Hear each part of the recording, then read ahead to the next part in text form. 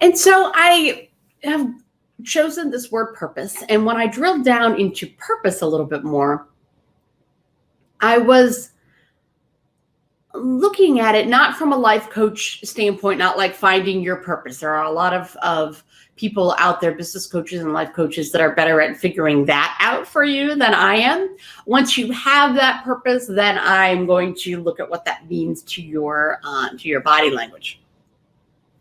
So I was drilling down, I was doing some research, and I found this fantastic study that I'm thrilled to talk to you about. Shipper, Signori, and Grafton did a study in 2015, and they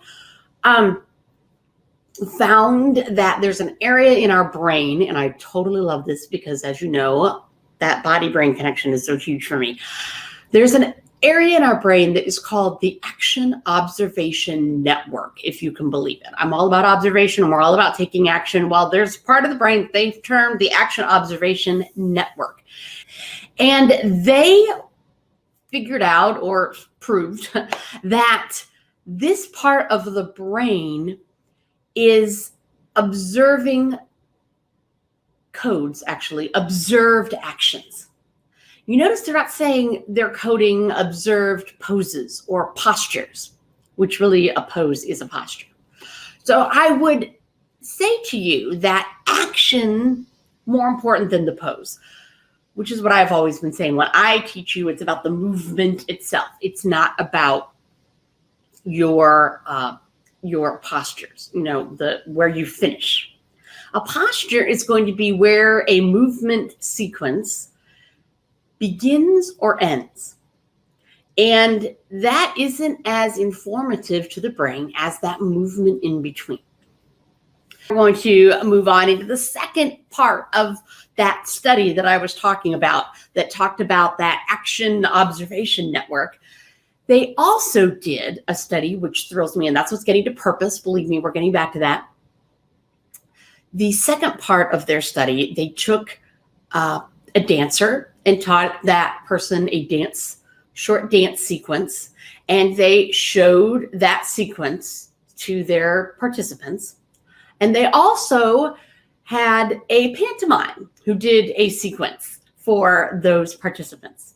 And what they found was the pantomime was much easier for the participants to understand and codify in their brain as to what it meant than the dance.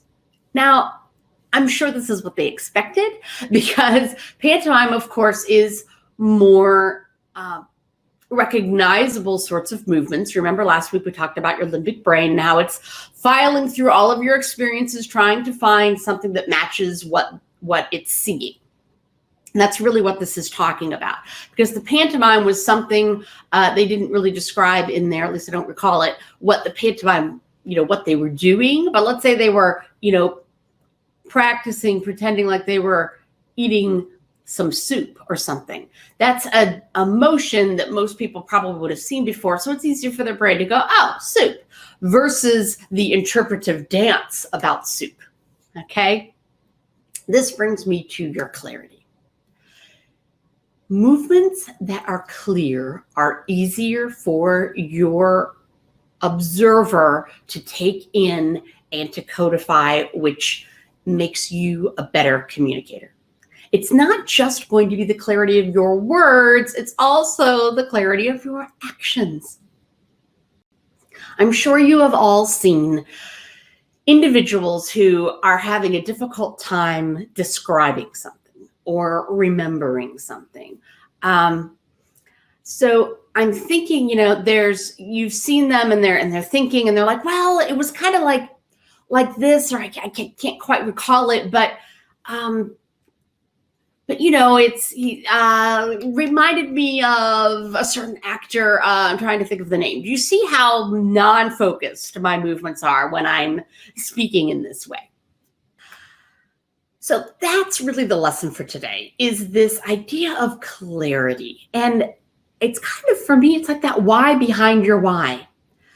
We're really getting even more down to the nitty-gritty of why are you doing this, and why does it matter to you, and what is behind the conversation that we're having.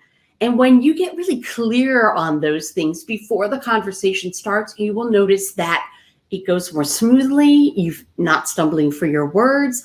Probably many of your filler words that you tend to put into things, the ums, the likes, the so's. Mine is so. Every time I go back and watch one of these LinkedIn Lives, I cringe because that's mine and I'm working on it.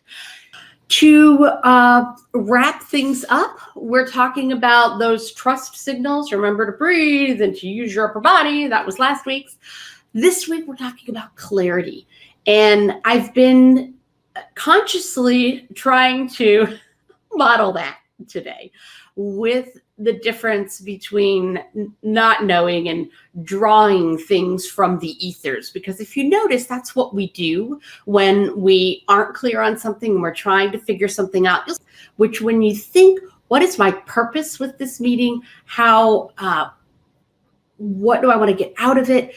It's going to make things clearer for you, and it's going to come through in your movement. And people like clarity.